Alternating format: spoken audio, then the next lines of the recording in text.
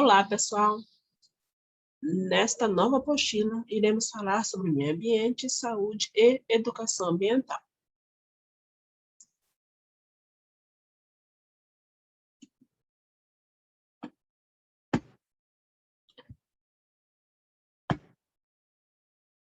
Não é de hoje que as inter-relações entre população, recursos naturais e desenvolvimento têm sido objeto de preocupação social e de estudos científicos. Desde há muito, as exigências cada vez mais complexas da sociedade moderna vêm acelerando o uso dos recursos naturais, resultando em danos ambientais que colocam em risco a sobrevivência da humanidade no planeta. A história mostra que o homem sempre utilizou os recursos naturais para o desenvolvimento da tecnologia e da economia, e com isso garantir uma vida com mais qualidade. Entretanto, é fácil constatar que essa equação, que é a exploração dos recursos naturais e desenvolvimento econômico e tecnológico, que é a qualidade de vida, não vem se revelando verdadeira. Isto porque os recursos oriundos da natureza estão sendo aproveitados de forma predatória, causando graves danos ao meio ambiente e refletindo negativamente na própria condição de vida e de saúde do homem. Nesse sentido, Márcia Elaine expõe que tudo se tornou válido em nome do progresso, do bem-estar da sociedade e da vida mais confortável.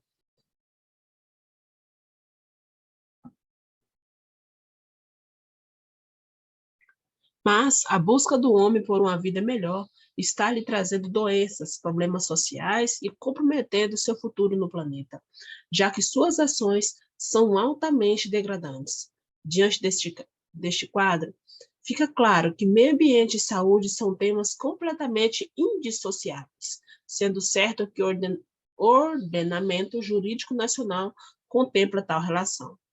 Então, que se são temas indissociáveis, então eles devem andar sempre juntos, né? Sempre devemos cuidar do meio ambiente para ter saúde, né? Um tema está ligado ao outro. Sem pretensão de exaurir o assunto, o presente trabalho pretende destacar e exemplificar a correlação entre meio ambiente e saúde, inclusive sob o aspecto legal, e mostrar a importância da aplicação dos princípios da prevenção e da precaução, basilares do direito ambiental brasileiro. Meio ambiente. Entre os especialistas, verificamos a existência de diversas definições sobre meio ambiente, algumas abrangendo apenas os componentes naturais e outras refletindo a concepção mais moderna, considerando-o como um sistema no qual interagem fatores de ordem física, biológica e socioeconômica. Para José Afonso da Silva, meio ambiente é a interação do conjunto de elementos naturais, artificiais e culturais que propicia o desenvolvimento equilibrado da vida em todas as suas formas. José Ávila Coimbra, dissertando sobre o mesmo tema, considera meio ambiente como um conjunto de elementos físicos, químicos, ecossistemas naturais e sociais em que se inserem o homem individual e socialmente, num processo de interação que atenda ao desenvolvimento das atividades humanas, à preservação dos recursos naturais e das características essenciais do entorno, dentro de padrões de qualidade definidos. Na legislação pátria, no inciso 1 do artigo 3º da Política Nacional do Meio Ambiente, Lei Federal de número 6.938/81, define meio ambiente como um conjunto de condições, leis, influências e interações de ordem física, química e biológica que permite, abriga e rege a vida em todas as suas formas. Assim, entende-se que a expressão meio ambiente deve ser interpretada de uma forma ampla, não se referindo apenas à natureza propriamente dita, mas sim a uma realidade complexa, resultante do conjunto de elementos físicos, químicos, biológicos e socioeconômicos, bem como de suas inúmeras interações que ocorrem dentro dos sistemas naturais, artificiais, sociais e culturais. Falando sobre a saúde, como nós vimos lá no primeiro slide, que o meio ambiente e a saúde são temas indissociáveis, né?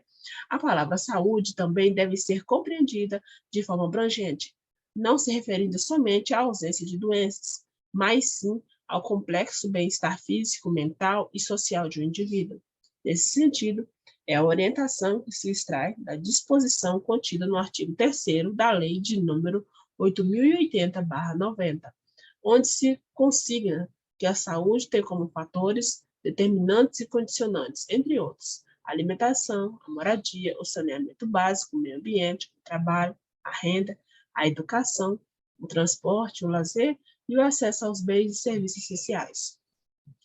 Assim, o termo saúde engloba uma série de condições que devem estar apropriadas para o bem-estar completo do ser humano, incluindo o meio ambiente equilibrado. Meio ambiente e saúde, tema indissociáveis. Muitas pessoas não percebem, mas o ser humano é parte integrante da natureza e, nesta condição, precisa do meio ambiente saudável para ter uma vida salubre. É certo que qualquer dano causado ao meio ambiente provoca prejuízos à saúde pública e vice-versa. A existência de um é a própria condição da existência do outro, razão pela qual o ser humano deve realizar suas atividades respeitando e protegendo a natureza. Com um pouco de atenção, é fácil descobrir inúmeras situações que demonstram a relação entre o meio ambiente e a saúde. Se não, vejamos. O vibrião da cólera, por exemplo, é transmitido pelo contato direto com a água ou com a ingestão de alimentos contaminados.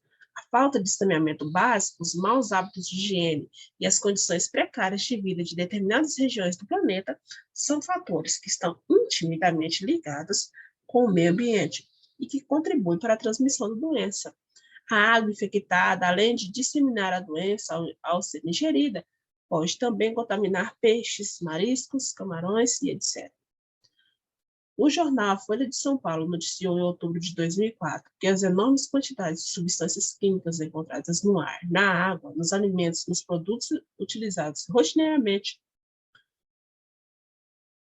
estão diretamente relacionados com a maior incidência de câncer, de distúrbios neurocomportamentais, de depressão e de perda de memória.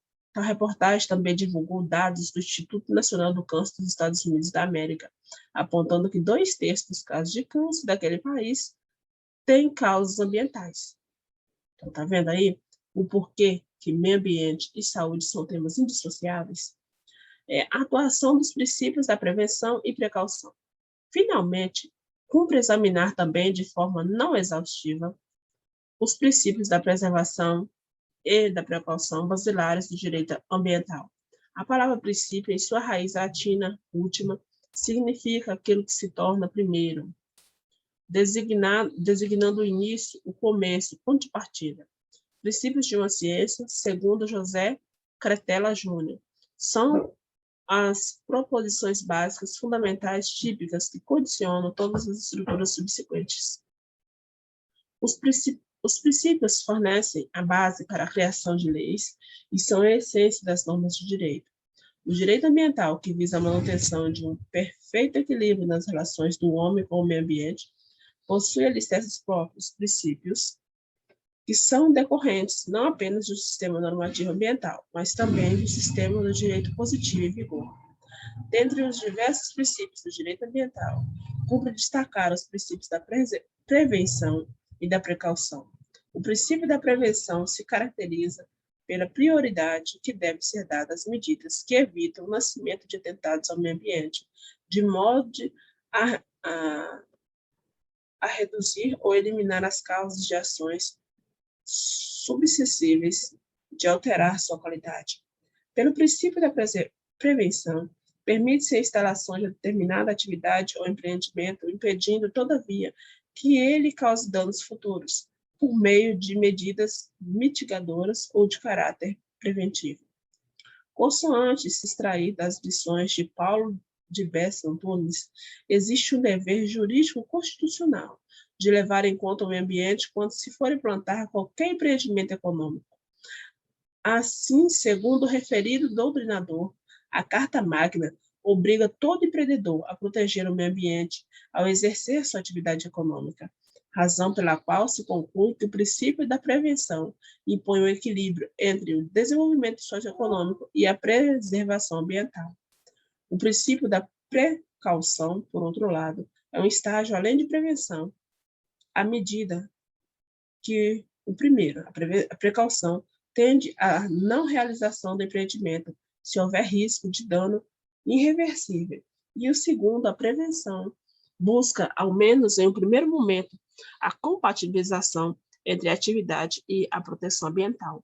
Então, nós percebemos aqui que sempre que for fazer algum empreendimento econômico, né, deve-se levar em conta o meio ambiente. Então, antes de fazer empreendimento econômico, tem que se levar em conta quais tipos de como que fala, de mal ou alguma coisa assim pode causar ao meio ambiente, né? Sempre cuidando do meio ambiente. Só que isso é difícil de ocorrer, né? Muitos são as construções que não se preocupam com as condições ambientais. Como as condições do ambiente contribuem para a disseminação de doenças? Tudo no planeta Terra está interligado. Qualquer alteração no ambiente desencadeia, em maior ou menor grau, modificações das cadeias biológicas e propicia o aparecimento ou reaparecimento de doenças. Temos alguns exemplos de doenças que apresentaram aumento de casos nas últimas décadas e estão relacionadas com as interações do ambiente, com o uso dos recursos naturais e com a destinação inadequada de resíduos produzidos pelas atividades humanas, como as destacadas a seguir. Aqui eu vou citar, por exemplo, a febre maculosa, que é por meio da picada do carrapato estrela.